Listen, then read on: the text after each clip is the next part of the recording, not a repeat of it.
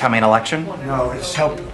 It's really meant to help a good financial philosophy where Argentina can, after 20 years of disaster, because it was very successful at one point, and it can be again, like Venezuela. Venezuela was very, very successful, and now it's a dictatorship.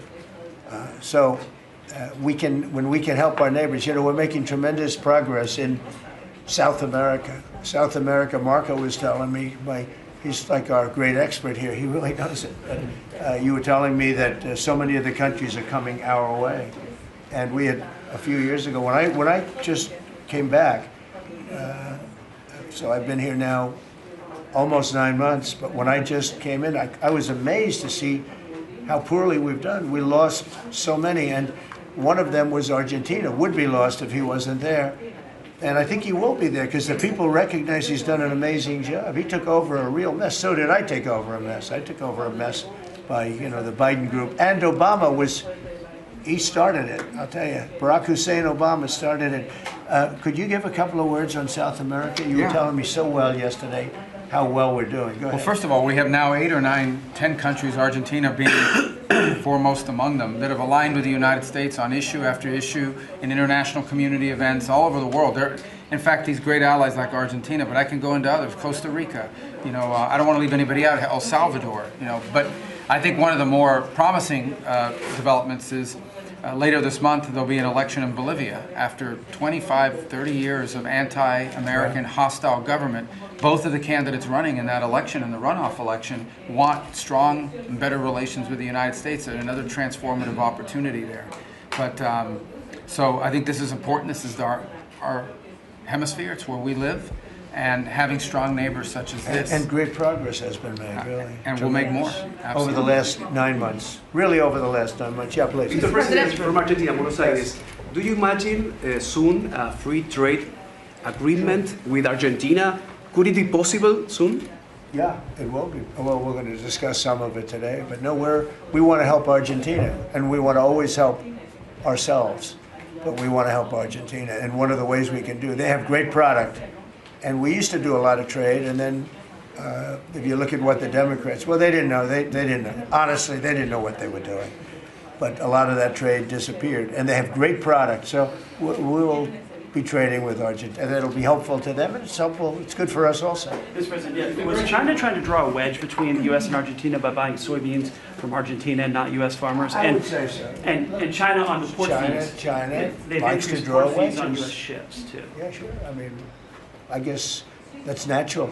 It's China, and it's natural, but it's not gonna mean anything in the end. Mr. President, from Argentina, should Argentina end the China swap and close the space base in Neuquén? I don't think you should be doing business much with. You can do some trade, but you certainly shouldn't be doing beyond that. Certainly shouldn't be doing anything having to do with the military with China. And if that's what's happening, I'd be very upset about that, yeah. And what about the swap? That's good, right? Mr. President, You do understand. Mr. President, what about the swap? Because it's so important for Argentina, the swap. Go ahead. The central bank. The American assistance is not predicated on the swap with China being closed. Any reporting to that effect is incorrect. But you said that Argentina has to export China from your business or from your agenda, and the swap is so important for Argentina. No, I was referring more to ports, military bases, observation facilities that have been created in Argentina. Than the swap? More than the swap? More than the swap. Mr. President. He was referring to that. Yeah, behind you, please. Yes, President, for Argentina, what's the benefit for United States in helping this way Argentina? Just helping a great philosophy take over a great country. Argentina is one of the most beautiful countries that I've ever seen. And we want to see it succeed. Very simple. I mean, we don't have to do it. It's not going to make a big difference for our country, but it will in terms of South America. If Argentina does well, you're going to have others following, and a lot of others are following. You have countries in South America that 2 years ago would have never even been thought of to go as democracies or as just countries that want to do fair and balanced trading. And now I mean, you mentioned Bolivia, but there are numerous other countries that are coming our way. And Brazil, as you know, I had a very good conversation with the president. I met him at the United Nations before I went up to speak, and then I found that I didn't have a speech because I had no teleprompter. They turned off my teleprompter purposely. They made it impossible for me. But I mean, you do not But it have- didn't silence me. I spoke without, and it was a good speech. I mean, it was a good But I mean, speech. you- But no, think of that. You go into the United Nations, I'm speaking in front of 158 leaders and the whole world. And I look at my teleprompter and it's dead. They killed my teleprompter. They wouldn't let the man that operated into the booth. Can you believe that? You don't have any specific interest in economic terms for the state? I do have. No, I want to see it succeed. I think it's going to be great, and we will benefit also. But it's not that big a benefit because it's not that big a country, but it's a very important country, and it's a country that can be very successful. There are some countries that will never be successful. This is a country that has great potential if it has the right leadership, and you have the right leadership with this man right here. Okay? Mr. President, would you support dollarization? I would say that I'll leave that up to my my economic people, but I like the dollar. I'm very strong on the dollar.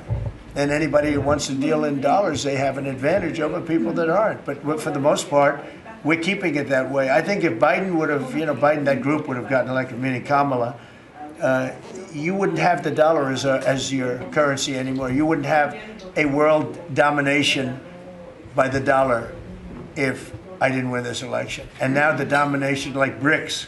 I told anybody who wants to be in BRICS, that's fine, but we're going to put tariffs on your nation. Everybody dropped out. They're all dropping out of BRICS. BRICS was an attack on the dollar.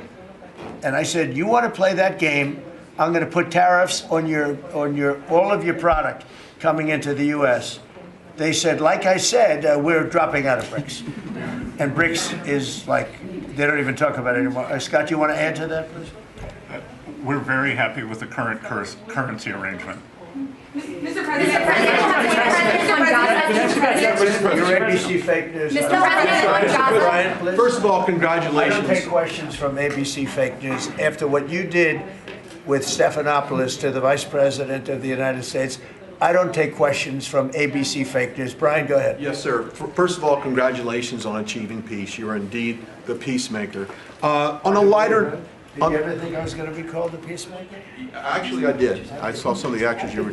Go ahead. But on a lighter note, Alyssa Farah, she is one of the hosts on ABC's show The View. She said a while back, I'll quote, "If Trump gets the Israeli hostages out, I promise I will wear a MAGA hat for one day on this show and say thank you for doing it." Your response? Well, did she put the hat on? Well, she hasn't got the hat yet. Who is it? Which one? Alyssa Farah. Okay. Well, she used to work for me. So she used to work here. I'll tell you about Alyssa. She worked here. She gave me the most beautiful letter when, the administration, the time came up, the election was rigged, I left. She gave me the most beautiful letter you've ever seen. I was a great president. What a great job. Some of the letters have been quoted. This is Alyssa, who I never thought was very outstanding. I figured she would not make it. And she didn't have a big role here either. And then we had January 6th, and she left after that or before that, but she gave me the most beautiful letters. And then even months after she left, and while we weren't here any longer, she sent another letter, glowing letter, beautiful letter. And then she got hired by The View, and they gave her a couple of bucks, and she changed her view very quickly. I never thought she'd make it. Never thought she had what it took in any way. You know what that means. But she's on The View. But it just shows what a fraud The View is, because this woman gave me letters and statements. She said I was the greatest president in her lifetime. Now, she's not that old, so I didn't consider it a great compliment, but I've had better. Can we send her a hat? Well, recently I've had the greatest president of them all. I like that much better. Mr. President? Does that include Washington and Lincoln? Yes, sir, it does. I said, I like that person. So I think she's a total, I think she's a joke. Mr. President, on Gaza, how long will it take Hamas to disarm, and can you guarantee that is going to happen? Well, they're going to disarm, and because they said they were going to disarm. And if they don't disarm, we will disarm them. How will you do that? I don't have to explain that to you. But if they don't disarm, we will disarm them. They know I'm not playing games. Okay? Now, we did something monumental. We got the hostages back. That was the first thing we had to do. Above all else, get the hostages back. Now, they misrepresented because we were told they had 26, 24 of dead hostages, if we can use those terms. And it seems as though they don't have that because we're talking about a much lesser number. But that's a very tough subject. I want them back. That's what they said. I want them back. Also, they said they were going to disarm. And initially speaking, they needed, they did take out a couple of gangs that were very bad, very, very bad gangs, and they did take them out, and they killed a number of gang members. And that didn't bother me much, to be honest with you. That's okay. We had a couple of very bad gangs. It's no different than other countries. Like Venezuela sent their gangs into us, and we took care of those gangs. We have Washington, D.C. is one of the safest cities in the country. It was one of the worst cities in the country if you go back just a little while ago, right? Now it's safe. You can walk to work. Isn't it nice? But we have told them we want to disarm, and they will disarm. And if they don't disarm, we will disarm them. And it'll happen quickly and perhaps violently. But they will disarm. Do you understand me? Yes. You say because quickly. everyone says, oh, well, they won't disarm. They will disarm. And I spoke to Hamas, and I said, you're going to disarm, right? Yes, sir, we're going to disarm. That's what they told me. They will disarm, or we will disarm them. Got it? Okay. What is the deadline you're going to put on that? You say quickly, sir. Sir, you said quickly, but what is the deadline you're going to put on that before you take action? A reasonable period of time. Pretty quickly. A reasonable period of time. Congratulations on the peace you achieved in the Middle East, first of all. Thank you very much. And my question is regarding Argentina. Does continue... Are you from Argentina? I'm from Argentina, yes. I like the Argentina. I like them much better than ABC. Than ABC fake news. Me too, sir. Yes, go ahead. Does continued U.S. support for Argentina depend on the results of the upcoming legislative elections and the ability of the government to pass long-lasting reforms through Congress? Well, I think if they don't do that, we're not going to be around very long. Scott, can you handle that one, please? We're confident that the president's party will and the coalition will do well in the election, and this aid is predicated on robust policies, and going back to the failed Peronist policies would cause a U.S. rethink. Thank you very much. It's a great question. It's a little like New York. You're reading in Argentina about New York. We have a problem. We have a communist who's 33 years old, doesn't know a damn thing. Practically, he's never worked a day in his life. And he sort of caught on, right? And I'm not going to send a lot of money to New York. I don't have to. The money comes all through the White House. And if they're going to be sending us stupid policies, communist policies, which is proven for thousands of years doesn't work. We don't have to prove it again. We're not going to ruin one of our great cities because we'll make that great. We will clean up the crime in about 30 days. It took 12 days to do Washington, D.C., so New York is bigger. And Chicago, we've already made a lot of progress despite fighting from the government, but Chicago's doing great. Memphis is doing really great. We have great support there from the political leaders. They said, please come in and clean up crime. And we love it. We've in 1 week, Memphis is so good. It's so much better. We'll have it within a month. We'll have that into a safe city again. And all of these cities, we want to clean them up. We don't like that opposition. But if somebody's going to be a communist mayor of New York, it's a fluke if he gets in. There are a lot of failed people that he's running against. We have inferior candidates or something, because it's impossible to think that New York City can have a communist mayor. He's a communist. He's not a socialist, by the way. There's a big difference. He's a communist. He's down and dirty. He's a communist. He hates police. He wants to get rid of all police. How can a policeman? He hates Jewish people, and yet he's got Jewish people supporting. He hates Jewish people. So it comes through the White House. The funding for New York and for every place comes through the White House. And I'm very generous, and I was always very generous with New York, even when you had opposition there, but I was always very generous. But I wouldn't be generous to a communist, a guy that's going to take the money and throw it out the window, because you're talking about hundreds of billions of dollars. And we're not going to let somebody get into office and squander the taxpayer money from this country. We're not going to let it happen. So it's a little bit like that with, if you take a look at Argentina, if the president doesn't win, I know the person that he'd be running against, I believe, probably. We probably have the person. A person is extremely far left and a philosophy that got Argentina into this problem in the first place.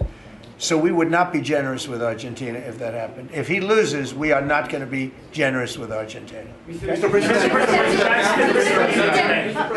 you talk about Argentina and important in the Latin American. What is your plan for Venezuela? But is the terrorism, the narco-terrorism in the President Maduro? What is your plan about it? Venezuela's done a couple of things very badly. Number one, we get drugs and all of that. But we get something in a way worse, because they're a big purveyor of drugs, but we have worse. What they do very well is they send their criminals into the United States, and they send Tren de Aragua, that you know very well. You're from Venezuela, I assume. And they send them in by the thousands, literally. And these are the worst of all. And they empty their prisons into the United States. They empty their mental institutions into the United States. And because we had a president who's low IQ, he didn't realize what was going on. And the people that are high IQ that surround him, but they happen to be lunatics, radical left, they're highly intelligent, radical left lunatics, okay? So in a way, that's worse than having a guy like Biden. But they ran the show. You heard about the Autopen. The person that really operated the Autopen, but it was really the people that told the person that operated the Autopen what to do. Those are the people that really were president, okay? So we're not going to stand for it in this country. And by the way, that Autopen thing is under serious investigation. Just this, I don't think you care, because you're from Argentina, you couldn't care less about that. But I just want to say, because I do the weave, you know, the weave, cover a lot of different subjects. But the people that are involved in that Autopen scam, because he barely signed anything. I mean, this guy, I don't know how you can be president. He barely signed it. But the only thing we can find for sure is that he signed Hunter's pardon, his pardon. Hunter's pardon, I like that. That's a good combination. So we're going to work very much with the president. We think he's going to win. He should win. And if he does win, we're going to be very helpful. And if he doesn't win, we're not going to waste our time, because you have somebody whose philosophy has no chance of making Argentina great again. What's your advice for Milei? Steve, go ahead, Steve. What's your advice for President Milei? Just to check something, you said Hamas assured you that they would disarm. Was that a direct conversation or through Mr. Witkoff? Or? Through my people. Okay. At the highest level. What's your advice? And it was meant for. What's your advice for President Milei and Argentina as a political leader? My advice is to hold strong to his principles, because he's right, and he's proving that he was right. He's got one problem. He's got people that are giving him tremendously bad press, even though they know it's wrong. He's got to hold true to his principles, because he's going to win. He's going to win. He's doing the right thing. Everybody knows he's doing the right thing, but you have a radical left sick culture that's a very dangerous group of people, and they're trying to make him look bad. I believe he's going to win out. And we're going the right way with China in this house. China? Well, you have to be careful with China. Look, everybody deals with China. They have to deal with us too. We have to be careful with China. Look, I have a great relationship with President Xi, but sometimes it gets testy, because China likes to take advantage of people, and they can't take advantage of us. But we have a fair relationship with China, and I think it'll be fine. And if it's not, that's okay too. You have to do and go where the punches are thrown. You got to put up the blocks. We have a lot of punches being thrown, and we've been very successful. Look.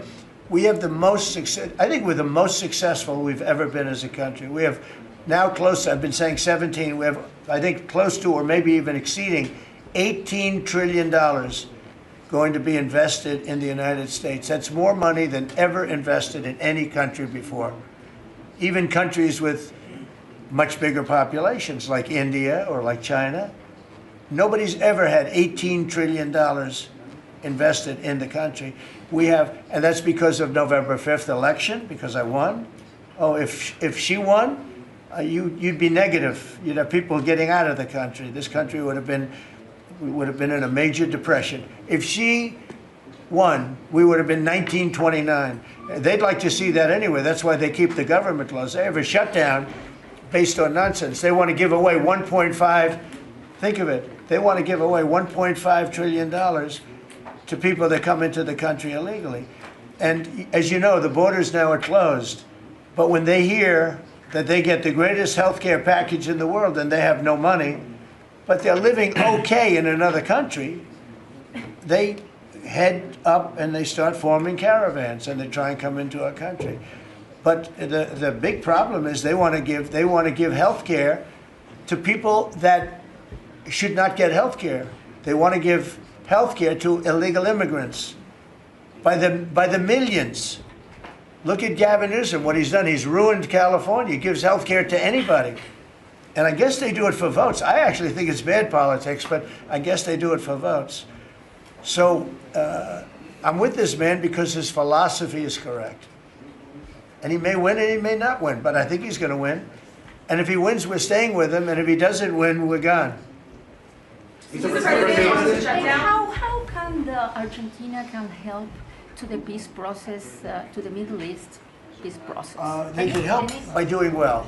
If Argentina does well, that's helpful because they know we help Argentina. So if Argentina is successful, that's great because they view us as somebody that helped Argentina and they did well, and the United States maybe will help them and they're going to do well. So the success of Argentina would be a great feather in the cap of the USA because we're helping them. Right? You understand? Yeah. Yeah, please, behind you. Behind you. Thank you, Mr. President. Last week you said that NATO should consider expelling Spain.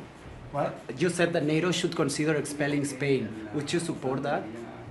What expelling Spain? NATO consider expelling Spain. Oh. I'm very unhappy with Spain. They're the only country that didn't raise up their number to 5%. Every other country in NATO raised up to 5%. And Spain is doing very well off our backs. So I'm not happy with Spain. Spain gets protection, and they know, look, they're sort of in the semi-middle of it, so they're going to get protected automatically. Even if you don't want to protect him, you're protecting him because of the way they're located. And I think what Spain did is a very bad thing for NATO. I think it's very unfair to NATO. It wouldn't matter if you said you're not going to protect them because they're pretty much protected. What are you going to do? Go through the other countries and let's go attack Spain, right? So I think what they did is not nice. I think it's very disrespectful to NATO. In fact, I was thinking about giving them trade punishment through tariffs because of what they did. And I may do that. I think unbelievably disrespectful. Spain, the only one out of all the countries in NATO, the only one that said that is Spain. And I think that's, I think they should be punished for that. Yes. On the government shutdown, you have the money to pay the troops on October 15th. Okay, how is I actually have a man who is a very wealthy person. You'll know that when I tell you this. Who called a donor, a great gentleman, and he said, if there's any money necessary, shortfall, for the paying of the troops, then I will pay it, meaning he will pay it. How about that? I said, look, we're not going to need it. We're going to take care of our troops. But this was a position that's being forced upon us by Democrats. And all they have to do is just sign a piece of paper saying we're going to keep it going the way it is. There's nothing. It's not like, it shouldn't even be an argument. They've signed it many times before. I don't want to bore you with the fact that Schumer said 100 times, you should never close up government. But Schumer's a weakened politician. I mean, he's going to finish his career as a failed politician. He's a failed politician. He's allowed the radical left to take over the Democrat Party. So if they write books about that, if they write books about him, they're going to have to say that his career ended by allowing the radical left to take over the party. I mean, I won an election in a landslide because people are not into the radical left, and the Democrat Party is. People didn't want to see men playing in women's sports. They didn't want to see transgender for everybody. They didn't want to see all of the different things that they do that's so crazy. Open borders. I mean, the worst thing that he did to us, it's not inflation, because we fixed inflation. Prices are way down. I don't know if you saw that gasoline went to 58 just now. Did you see what's going on with gasoline? We track that. No, $58 a barrel. Yeah, we track that. Nobody can believe it. I'm very proud of that. You know why? Because we're pumping like we've never pumped before. Because if you get the gas price down, everything else comes down. It's very simple. And he went away from my policies, and you had the greatest inflation. The last administration had the greatest inflation in the history of our country.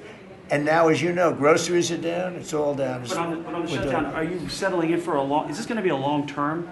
Are we looking months? It's up to them. All they have to do is just vote to extend. We don't need it. We're not saying we want money. We don't. All we need is a right to extend. They want a right to extend, but they want $1.5 trillion so they can give it away to illegal immigrants, the people that are invading your cities.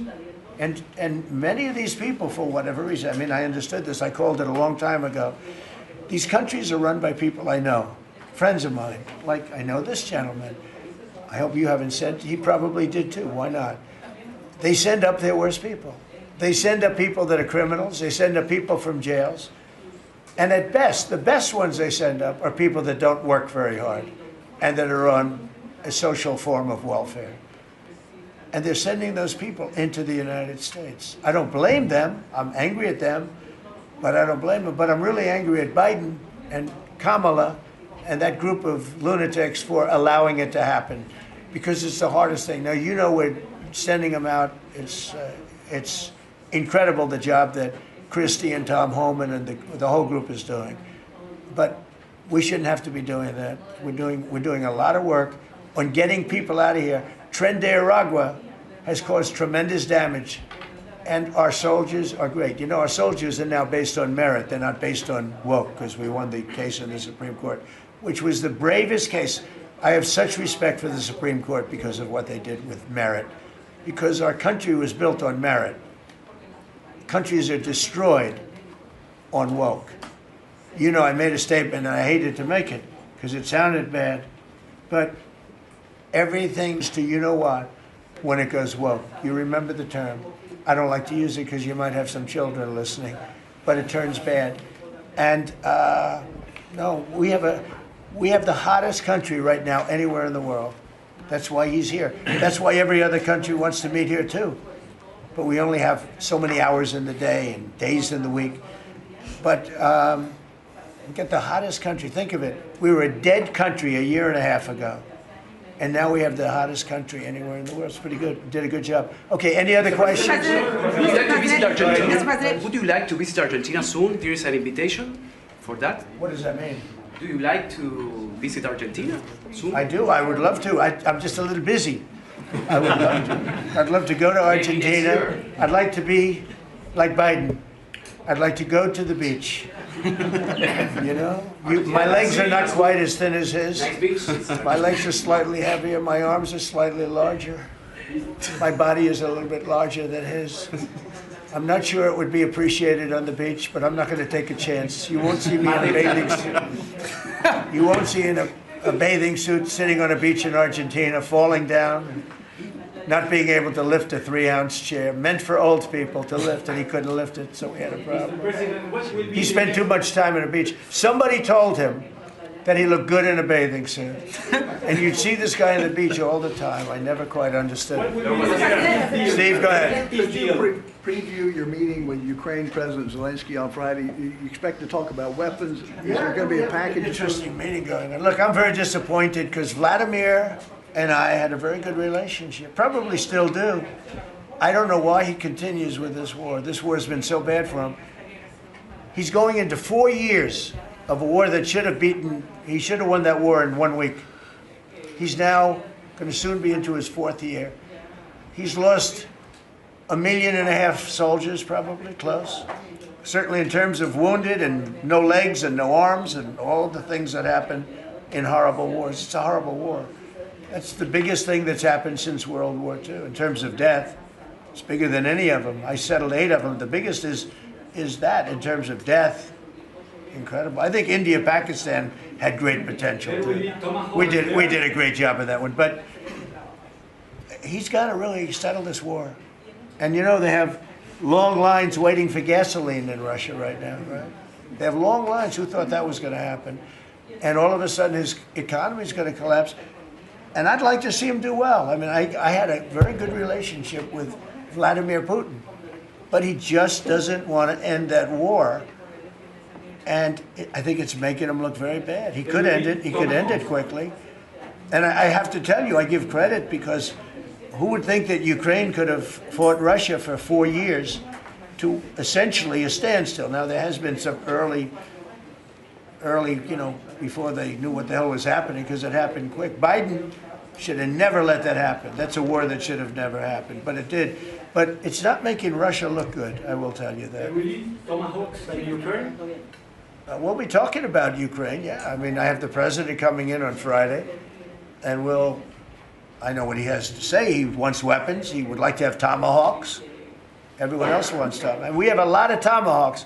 Tomahawk is do you need any tomahawks in Argentina? You can cross Moscow, tomahawks. You need them for your opposition, I guess, because see, in this country, they'd use tomahawks for the opposition. I don't do that. I'm much nicer. The Democrats would use them if they had the chance. They're sick people. Go ahead. President, are you worried that this plan with Argentina can fail? Anything can fail. Anything can fail. You never know. That's why I say Putin should do something about the war, because so far, I mean, it's turned out to be very bad for him. But anything can, so this plan can fail, sure it can fail, but it's got a better chance, I would say, Scott, it's got a better chance of success than failure. And if it's successful, it's an unbelievable success.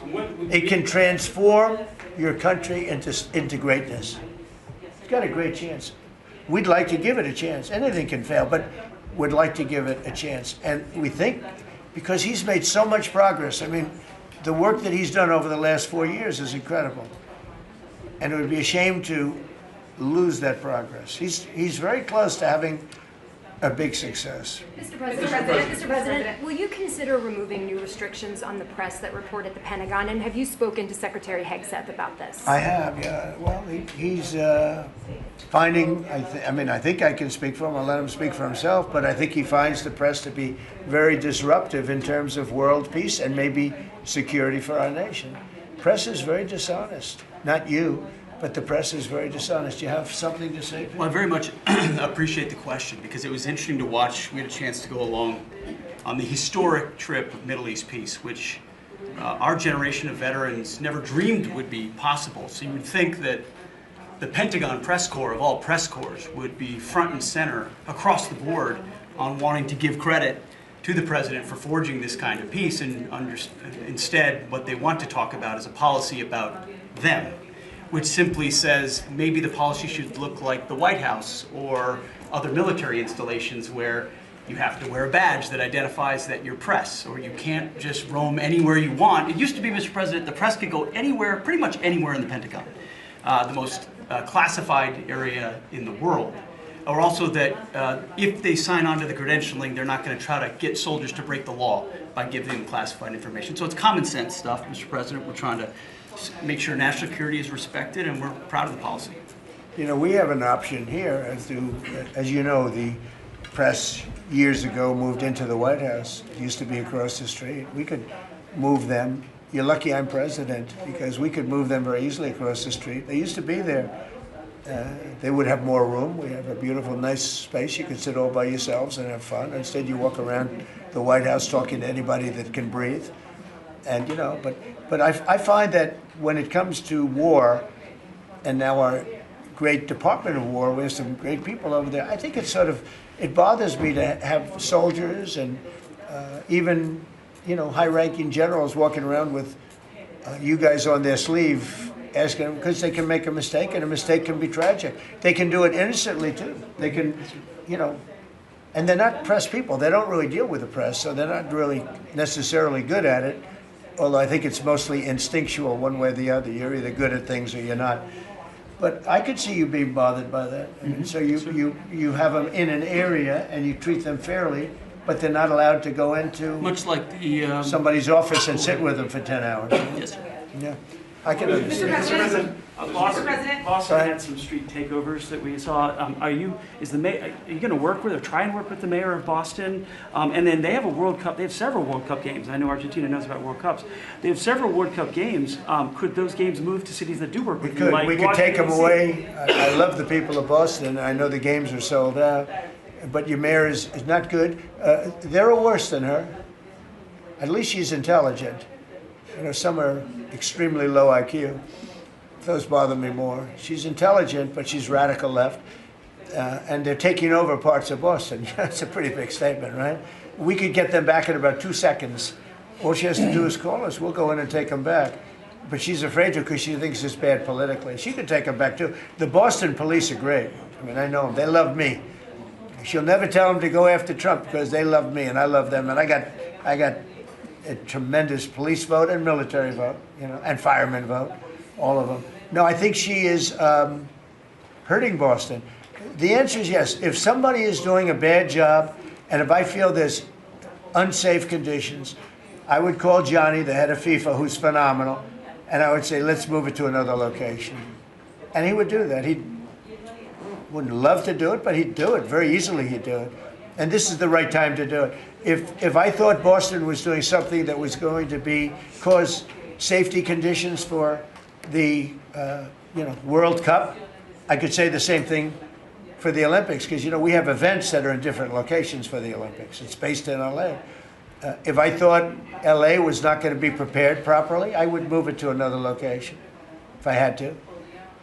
On that one, I'd probably have to get a different kind of a permission, but we would do that.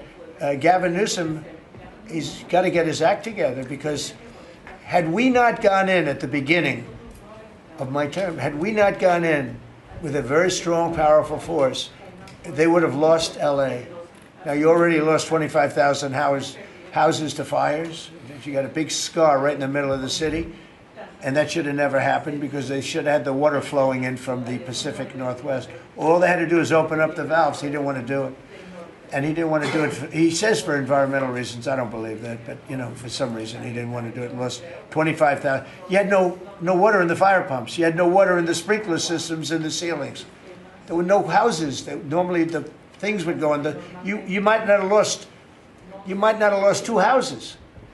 So if he doesn't play ball, we're going to have to be very tough with him. He's done a bad job. Just to finish off on that, so when we went in, we did a phenomenal job. We went in with great force, and that was the end of it. We put it out. We extinguished that fire, which was agitation, and it was a very dangerous position to be in.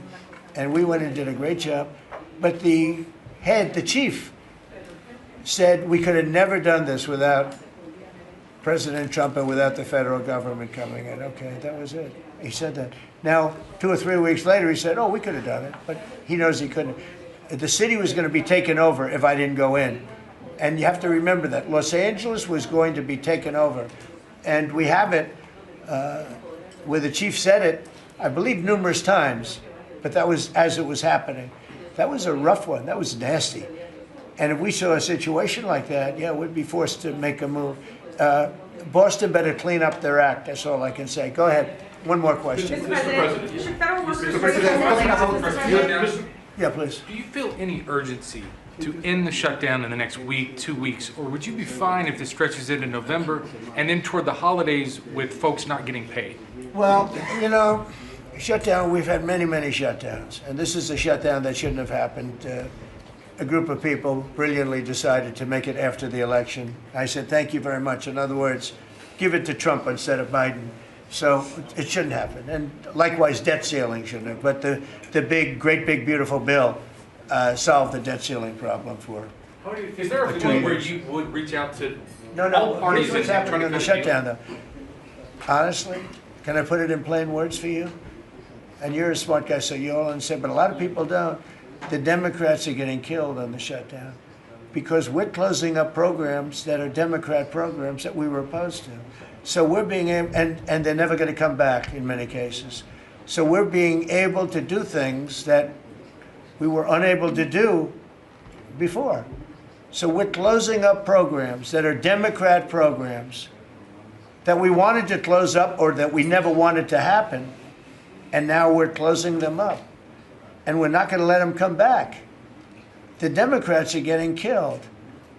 And we're going to have a list of them on Friday, closing up some of the most egregious, socialist, semi-communist, probably not full communist, we're saving that for New York, but semi-communist programs, and we're closing them up. We're not closing up Republican programs because we think they work. So the Democrats are getting killed, but they're not telling the people about that. I say it, nobody, well, I haven't said it probably as bluntly as I just said it, but so we are closing up Democrat programs that we think, that we disagree with, and they're never going to open again. Thank you very much. Thank you, everybody.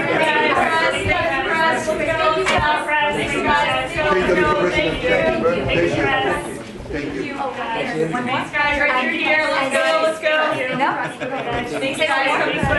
As China deepens its presence in Latin America, what role do you see for the U.S. I just like to watch you talk. Sorry, no? Okay. Good job. Okay, thank you. Good job. Thank you, Tom.